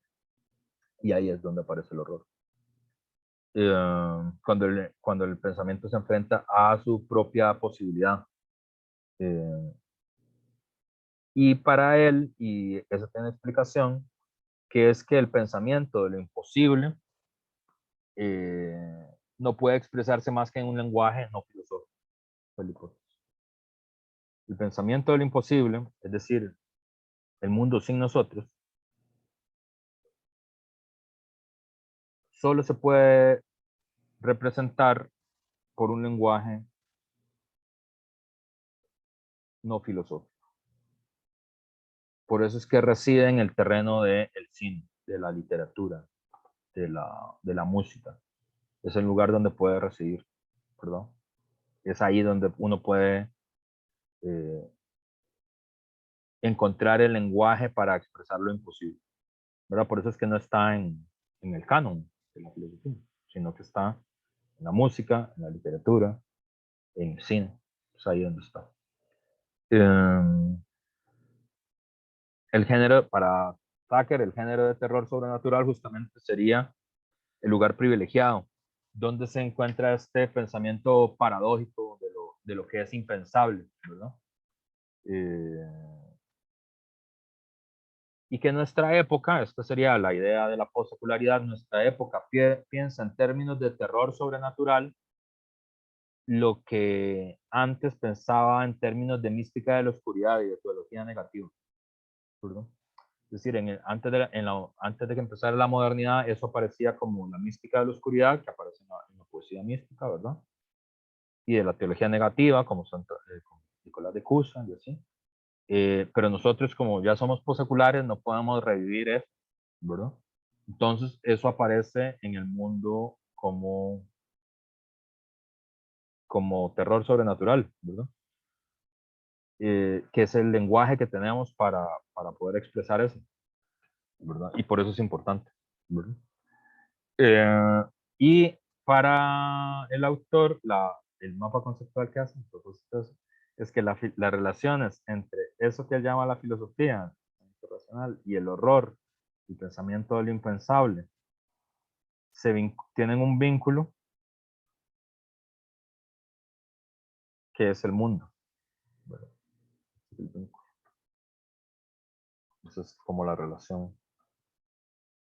Porque el mundo, como tal, es humano, pero también es no humano.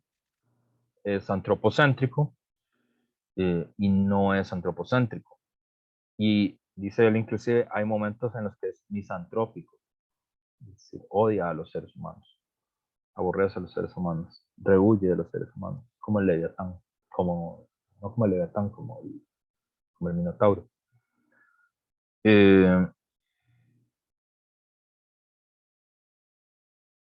Entonces, para él este es el gran desafío de la filosofía contemporánea, entender el mundo en el que vivimos como un mundo humano y no humano, y hacer de ello una política.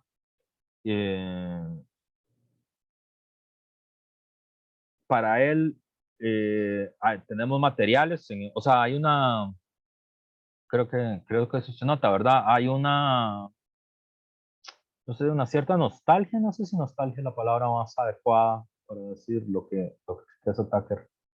Hay un señalamiento de algo que se perdió con la modernidad, ¿verdad? Hay algo que lo hace no ilustrado a él, ¿verdad? Aunque es muy categorial anglo además, ¿verdad? Es un libro muy bien escrito, muy bien definido, muy libro de filosofía técnico. Siempre ustedes pueden ver en él un gesto de algo que estaba en el saber premoderno que perdimos en la modernidad y que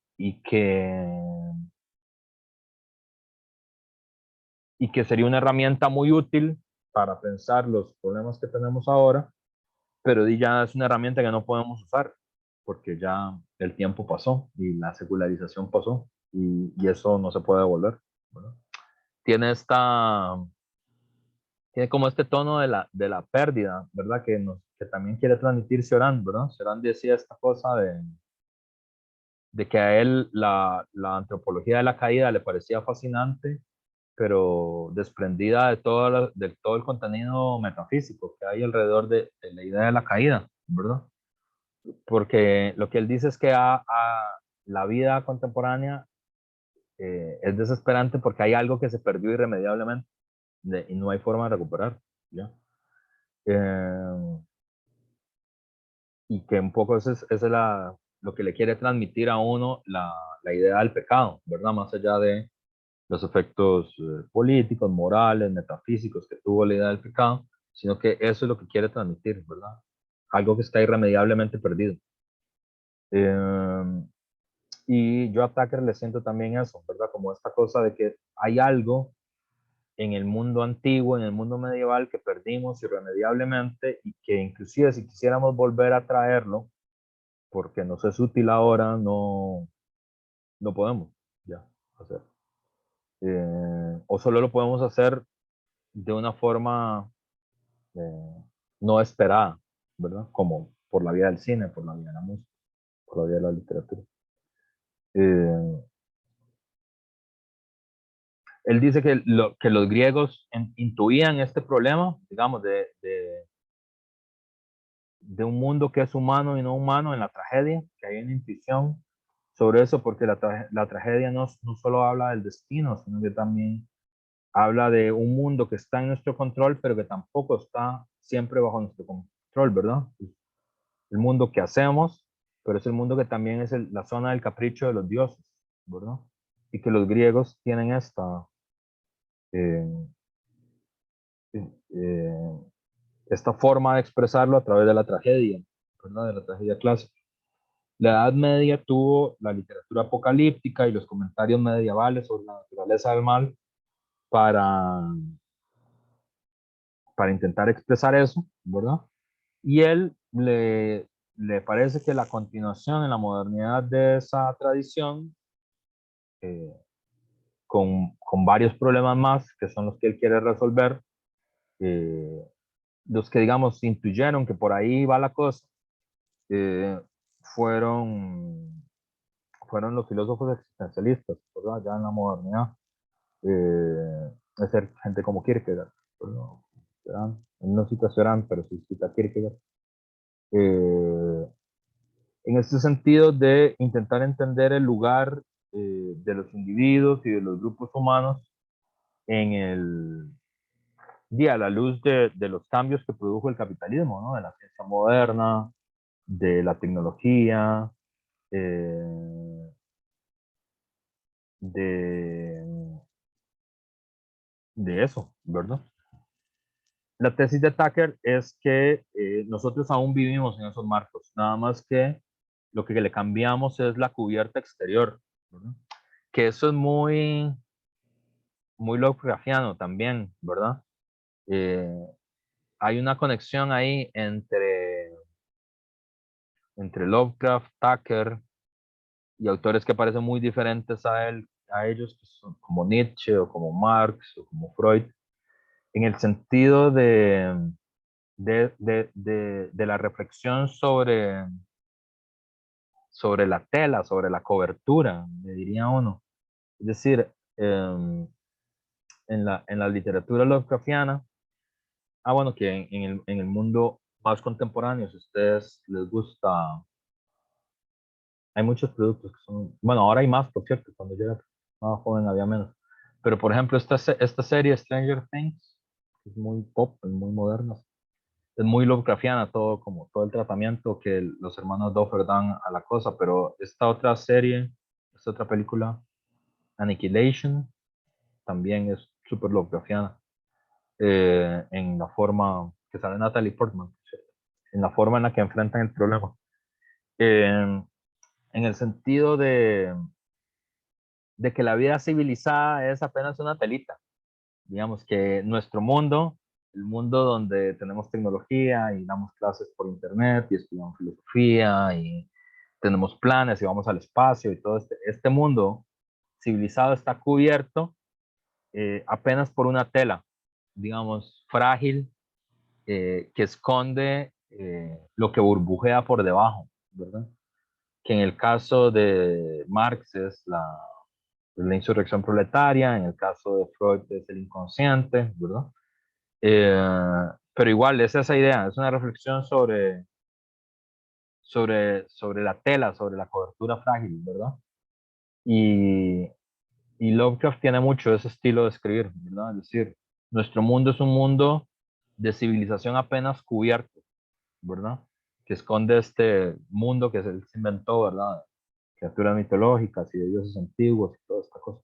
Pero la idea cultural y filosóficamente es muy interesante, que es eh, la capa civilizatoria nuestra es extremadamente delgada y extremadamente frágil. Entonces, por más que estemos súper orgullosos de nuestra vida civilizada contemporánea. Y la demos por sentada del 90% de nuestra vida práctica. Para él, nosotros tenemos esos mismos marcos todavía que tenía la tragedia clásica o la literatura apocalíptica medieval, nada más que desplazada o cubierta, ¿verdad? Eh, Toda la reflexión mitológica de la relación con los dioses es como el terreno donde se han desarrollado la industria cultural, ¿verdad? Las superproducciones diseñadas por computadora. Y bueno, en eso curiosamente Tucker coincide con Adorno, que no sé si es un punto de referencia de él, pero creo que no, porque están como por otro lado. Pero coincidiría con eso, ¿no? Fíjense que para nosotros la experiencia religiosa es una experiencia audiovisual, una experiencia mediada por la industria cultural, ¿verdad? Para nosotros Moisés es Charlton Heston, no puede ser otro, ¿verdad? Eh, y María Magdalena es Mónica Bellucci, ¿verdad? Entonces, la mitología ha sido como el lugar, ha quedado atrapada como en la industria cultural. Los temas de la teología han quedado atrapados en el terreno de la política, del fanatismo político y de los conflictos religiosos asociados al fanatismo político. Y la temática de la existencia, de la relación de los individuos con la ciencia, con el cosmos, con todo eso, ha sido atrapado por la ideología de la autoayuda, de los manuales de autoayuda y de la terapéutica del consumo y todo eso, ¿verdad? Pero que esas temáticas han sido atrapadas por distintas formas de la industria capitalista, de los negocios capitalistas o de la conflictividad política, no quiere decir que no estén ahí, nada más que se nos aparecen por una vía inesperada. Pero digamos, las preguntas que quieren resolver, que tienen que resolver, son las mismas, ¿verdad? Eh, y el problema de esas preguntas que quieren resolver es que están en los límites de lo que la filosofía puede pensar, en el terreno de lo impensable, ¿verdad? Y por eso es que siguen siendo los problemas que querían resolver los, digamos, los medievalistas, el problema, ¿verdad? Ahora, voy a adelantar. Habíamos dicho ya antes, él introduce esta distinción que a mí me parece muy útil, la verdad, que es la distinción entre el mundo para nosotros, ¿verdad? Que es el mundo del sentido, el mundo en sí, que es el mundo de la ciencia, y el mundo sin nosotros, que es el mundo del horror, y el terreno del lenguaje no filosófico para pensar lo impensable.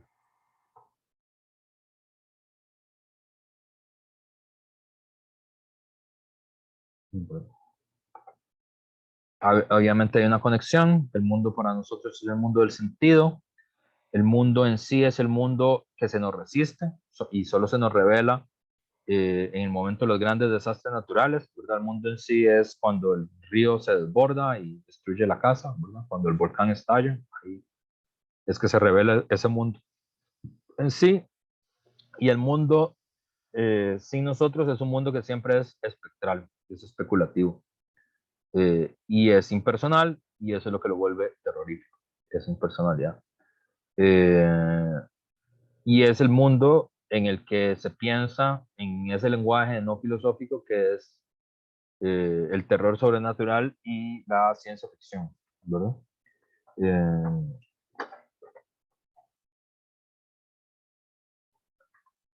para cada uno de estos conceptos, él va a definir términos, ¿verdad? Mundo es el mundo para nosotros, tierra es el mundo en sí, es el mundo de la geología, planeta es el mundo sin nosotros, ¿verdad? El planeta es el resto del mundo. El planeta, un planeta es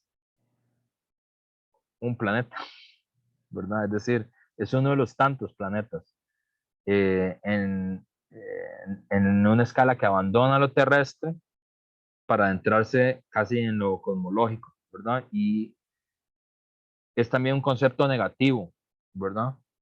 Porque el planeta es lo que queda después del ser humano, ¿verdad? Eh, y mm, solo hemos empezado a atisbar qué puede significar eso a través de, bueno, se ha intentado empezar a atisbar, para ser más preciso, a través de modelos matemáticos muy complejos, ¿verdad? y luego de especulación, sin más, sobre qué significaría el mundo sin los seres humanos. Pero donde sí le hemos dado mucha vuelta a eso es en el otro terreno. Sí, Ariel. No, que me parece muy interesante como para responder a eso, ¿verdad? Ver esta cosa de este argumento del afinamiento de las constantes universales. Uno podría preguntarle a Eugene Tucker si existe un mundo, realmente existe un mundo sin nosotros, porque es que ahora sabemos que el universo tiene unas constantes universales tan fortuitas, ¿verdad? O más bien tan específicas, que permiten la aparición fortuita de la vida y de la vida inteligente. O sea, si nosotros cambiamos un decimal de cuando menos una de esas constantes universales, la vida ya no existiría como tal, como la conocemos, ¿verdad? Entonces uno podría preguntarle a Eugene Tucker, digamos, en ese sentido, ¿cómo podríamos pensar un mundo que no es para nosotros, ¿verdad? Porque justamente este argumento es un argumento teísta, ¿verdad? El argumento del afinamiento de las constantes universales, o sea, el universo parece estar dispuesto fortuitamente para la aparición de la vida inteligente. Claro, sí, claro. Claro, pero el argumento, yo creo que Tucker quiere ingresar justamente en este momento cuando uno se da cuenta de eso, digamos, de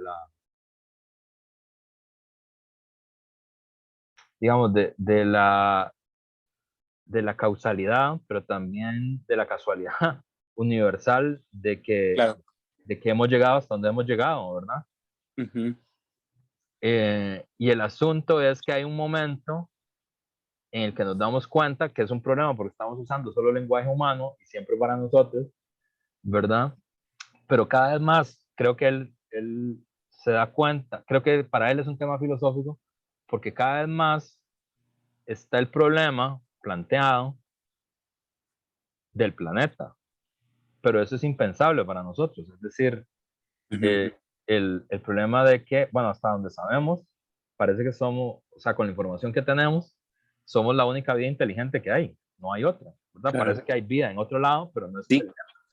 Sí, hasta, digamos, bueno, por lo menos la paradoja de Fermi, ¿verdad? Que la famosísima paradoja de Fermi que dice que, o sea, como el universo está, digamos, los sistemas solares están tan separados, ¿verdad?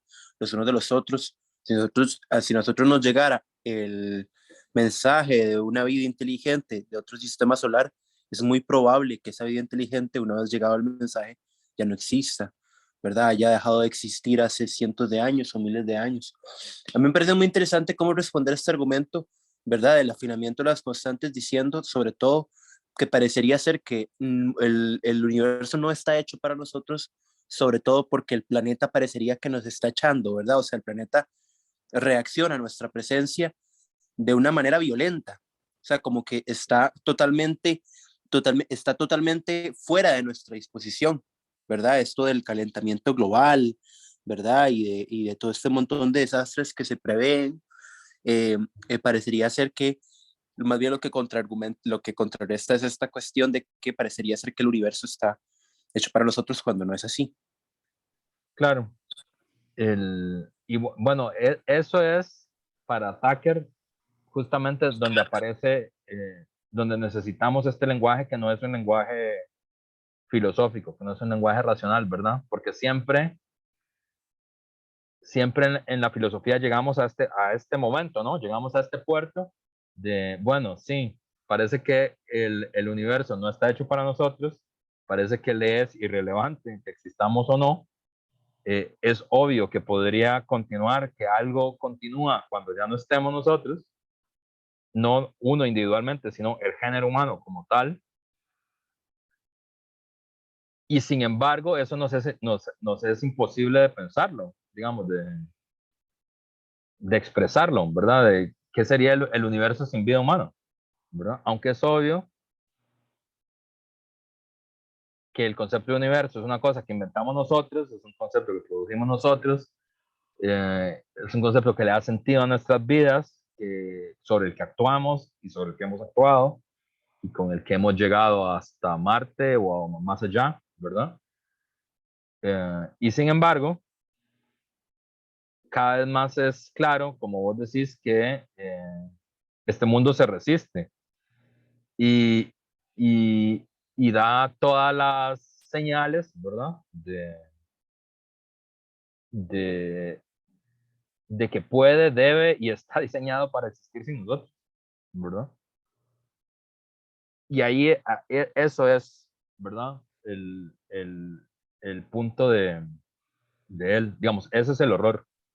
Ahí. Sí, me parece muy, como muy parecido, o sea, bueno, casi que igual, ¿verdad? A cómo empieza Nietzsche, sobre verdad y mentira en sentido extramoral, ¿verdad? O Sí, sea, él ahí. empieza justamente así, diciendo eso, justamente, que es muy arrogante de nuestra parte pensar que el universo está dispuesto para nosotros, ¿verdad? Sí, ahí decís bien, eso eh, es una influencia de Nietzsche y de Schopenhauer, los dos, ¿verdad? En él, digamos, ahí Tucker sí hace como el gesto y el reconocimiento, de decir, bueno, ahí antes que yo estuvieron Nietzsche y Schopenhauer señalando eso. Claro, y el problema es que yo creo que el punto de él es que eso nunca nos había sido tan patente. Creo que ahí por eso es que él dice que es un mundo postsecular, ¿verdad? Porque eso siempre ha sido así, ¿verdad? Es decir, siempre fue así. Los griegos lo intentaron entender, los medievalistas lo intentaron entender. Hubo un momento en la modernidad donde, no sé, donde se cortó eso y, y se fue para otro lado y ahora nos vuelve a ser patente, ¿verdad?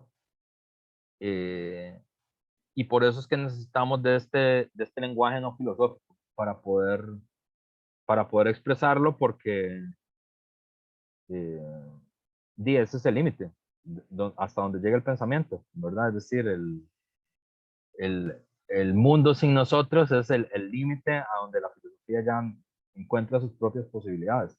Por eso necesita de otro lenguaje para poder expresarlo. Y eso explica por qué es que esos géneros no desaparecen, ¿verdad? Es decir, explica por qué el terror sobrenatural en forma de cine, en forma de música, ¿verdad? En forma de representaciones estéticas, no, no desaparece de nuestras vidas. De hecho, cada vez va sumando más materiales, ¿verdad?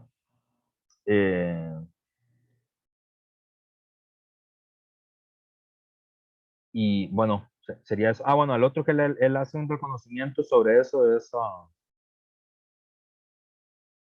a Platón, ¿verdad? Que Platón se da cuenta sobre eso, sobre el lodo y los pelos, ¿verdad? La reflexión sobre eso, ¿verdad? Sobre los materiales, que esta tradición de realismo especulativo, ¿verdad? Hay otro filósofo, ay, ¿cómo se llama? Este iraní, siempre olvido el nombre, Reza Negarestani, tiene un libro que se llama Ciclonopedia, que es una reflexión en ese mismo sentido sobre los materiales, una reflexión sobre los materiales, sobre el petróleo, ¿verdad? Que cuando uno se da cuenta de lo que el petróleo es y se pone a pensar sobre lo que el petróleo es y sobre lo que el petróleo significa, es horrorizante, ¿verdad? O sea, lo que significa que se haya producido petróleo, ¿verdad? Fue un gran cataclismo que no tiene ninguna explicación y que con acabó y es un acumulado de múltiples vidas. Pero además lo que significa que eso existe en este planeta y que nosotros hayamos descubierto para qué sirve el petróleo, ¿verdad? Y que hayamos construido una vida civilizada alrededor del movimiento del petróleo. Y entonces este tipo, que es como una cosa a medio palo entre la filosofía y la literatura, como siempre, en este género, lo que experimenta es la hipótesis ¿Qué pasa si el petróleo fuera inteligente? ¿Qué pasa si el petróleo en realidad fuera un monstruo? Es la pregunta. ¿Qué pasaría si el petróleo fuera consciente? O si tuviera voluntad.